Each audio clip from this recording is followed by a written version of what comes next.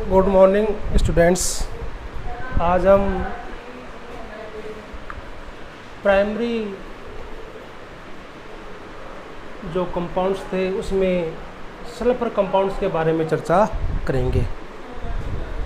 तो primary pollutants के अंदर सल्फर कंपाउंड्स कौन कौन से हैं और उनके द्वारा कौन कौन सी डिजीज हो सकती है। सल्फर कंपाउंड्स में sulphur dioxide, hydrogen sulphide, sulphuric अम्ल, इनमें जो सबसे हार्मफुल है वो है सल्फर डाइऑक्साइड। वैसे ये तीनों ही सल्फर कंपाउंड्स हमारे लिए या अन्य सामग्री के लिए नुकसानदायक है। तो हम फर्स्ट चर्चा करते हैं सल्फर डाइऑक्साइड। इसका जो निर्माण है वो लगभग जो 75% है वो एक तो जो इंडस्ट्रीज़ है उनकी जो जो भट्टियाँ हैं उनसे निकलने वाली गैस, इनके अलावा कोयला, पेट्रोलियम पदार्थ के जलाने से या दहन से इनका निर्माण होता है। इनके अलावा जो उद्योगों में जो धातु शोधन है उनके द्वारा भी सल्फर डाइऑक्साइड प्रोड्यूस की जाती है। सल्फर डाइऑक्साइड दिन प्रतिदिन बढ़ रही है। जैसे कुमार और शर्मा के अनुसार, कुमार एंड शर्मा के अकॉर्डिंग हम बात करें 1979 के अंदर जो सल्फर की मात्रा थी वो लगभग थी 6.76 टन, जो 2000 में बढ़कर 13.19 टन हो गई। 2020 में इसकी मात्रा और भी अधिक बढ़ चुकी है। इन आंकड़ों को देखें तो जस्ट ये क्या हो रहा है, इनका डबल हो रहा है। इसका मतलब जो 13.19 है इनमें भी क्या हो गई, लगभग जस्ट डबल के लगभग हो चुका है, जिनकी मात्रा निरंतर बढ़ रही है। सल्फर के द्वारा प्लांट्स और एनिमल्स में या मनुष्य में निम्न प्रकार से के डिजीज या निम्न प्रकार से प्रभावित कर सकती है। सल्फर डाइऑक्साइड की जो अधिक मात्रा है ये एक तो हमारी जो आइज है, आँख एंड लंग्स, इनमें ज्वलन उत्पन्न करती हैं। इनके अलावा यानी इसमें बेचैनी या ज्वलन इनके द्वारा उत्पन्न की जा सकती है। इनके अलावा जो सल्फर डाइऑक्साइड है ये वातावरणीय नमी का मतलब जल, इनके साथ रिएक्ट करके सल्फ्यूरिक अम्ल का निर्माण करती है। और ये जो सल्फ्यूरिक अम्ल है ये स्किन डिजीज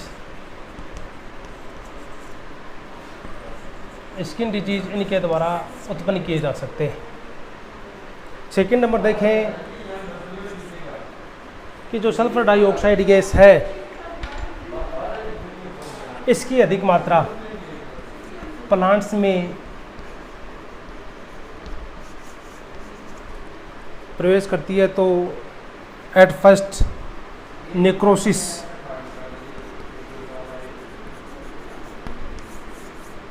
की क्रिया इनके द्वारा संपन्न की जाती है। प्लांट्स का ऊतक नष्ट हो जाता है। नेक्रोसिस के बाद में इनके द्वारा क्लोरोसिस की क्रिया उत्पन्न होती है, पर्णहरित नष्ट हो जाता है इनके अलावा जो यंग लीव्स हैं, यंग लीफ येलो कलर में रूपांतरित हो जाती हैं। इसका मतलब हम कह सकते हैं कि इन पादप की पत्तियों में जो क्लोरोफिल है ये नष्ट हो जाता है, जिसके कारण प्रकाश संश्लेषण की क्रिया पर प्रतिकूल प्रभाव पड़ता है। कुछ प्लांट्स या पादप समूह जैसे ब्रायोफाइट्स व लाइकेन, इम्पोर्टेंट है, ध्यान में रखना इसको, ब्रायोफाइट्स एंड लाइकेन, ये सल्फर के प्रति अत्यधिक सेंसिटिव, अधिक संवेदनशील होते हैं। इसलिए ब्रायोफाइट्स और लाइकेन को सल्फर का इंडिकेटर भी कहा जाता है। तो जो इंडिकेटर्स के रूप में जो कार्य करते हैं वह है ब्रायोफाइट्स एंड लाइकेन। फोर्थ हम देखें, कुछ पादप जैसे सेब है, कपास है आदि के अंदर सल्फर डाइऑक्साइड स्टोमेटा के माध्यम से प्रवेश कर जाती है। जो सल्फेट या सल्फ्यूरिक अम्ल, सल्फेट या सल्फ्यूरिक अम्ल में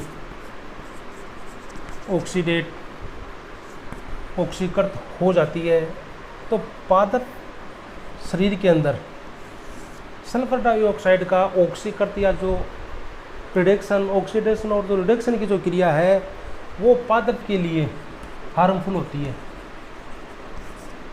उसकी जो प्रोडक्टिविटी है उसमें इसका हार्मफुल इफेक्ट होता है।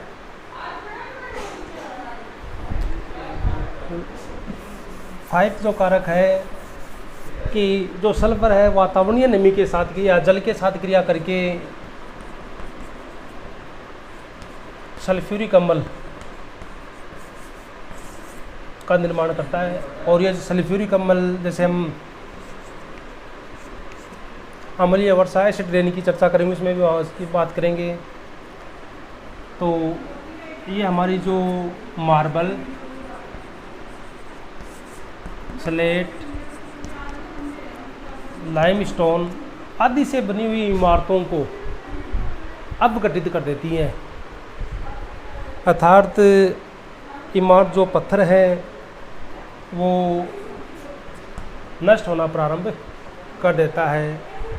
जो पुल प्लस मार्बल से बने हुए विभिन्न प्रकार की इमारतों के लिए इनका हानिकारक प्रभाव पड़ता है। अब बात करेंगे हाइड्रोजन सल्फाइड।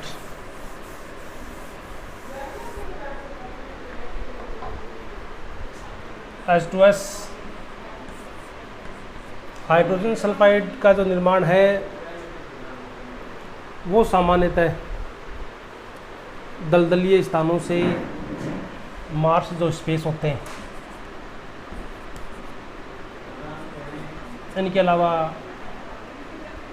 पोल्यूट वाटर या जो गंदे पानी की नालियाँ हैं, गंदा पानी है, सल्फर युक्त ईंधन के दहन से भी इनका निर्माण होता है, जिसमें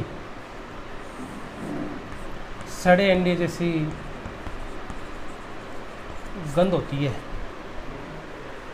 फिर भी ये H2S जो है SO2 से इतनी हानिकारक नहीं होती।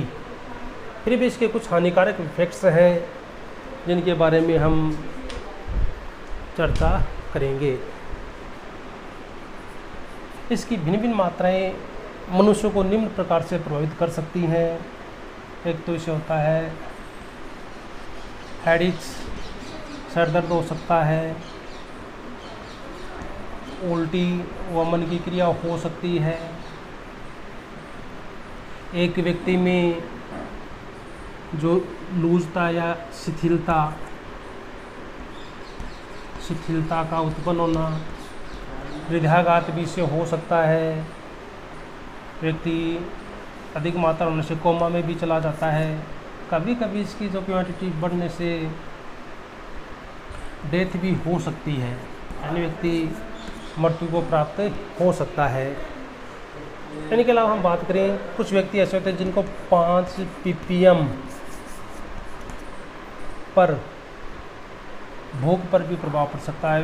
5 ppm की सांद्रता पर भी व्यक्तियों को भूख कम लग सकती है। यदि इसकी सांद्रता बढ़ती है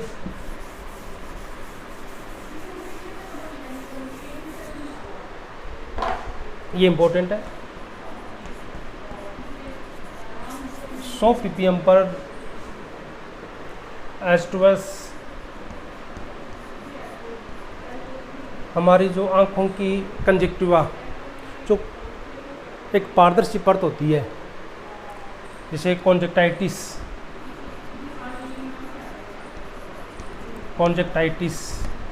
व सलेस्मा या जो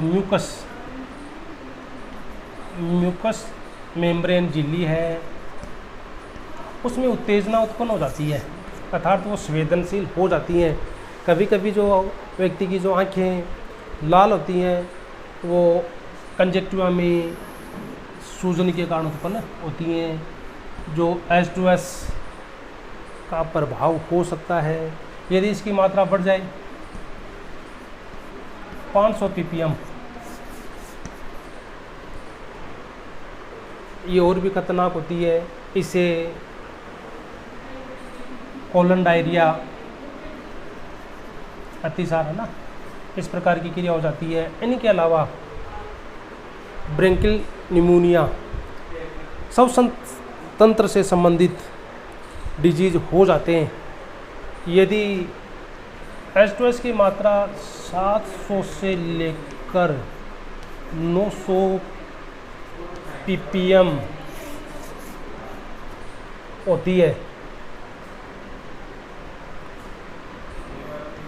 1 या 2 घंटे इसके संपर्क में रहने से श्वसन तंत्र अधिक संवेदनशील हो जाता है, इफेक्टेड हो जाता है, जिसके कारण व्यक्ति की जो श्वसन क्रिया है वो अवरुद्ध हो जाती है, जिसके कारण व्यक्ति की मृत्यु भी हो जाती है, हो सकती डेथ हो जाती है 700 से लेकर 900 ppm तक।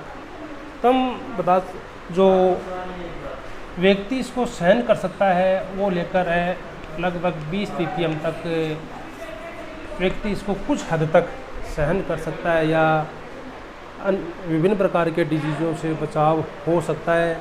तो इसकी अधिक सांद्रता हमारे लिए और प्लांट्स के लिए भी क्या होती है, हानिकारक होती है। तो हम नेक्स्ट वीडियो में बढ़ेंगे नाइट्रोजन युक्त कंपाउंड्स के इफ़ेक्ट। तो आज हमने पढ़ा सल्फर युक्त पदार्थों के कौन कौन से प्रभाव होते हैं। ओके, धन्यवाद।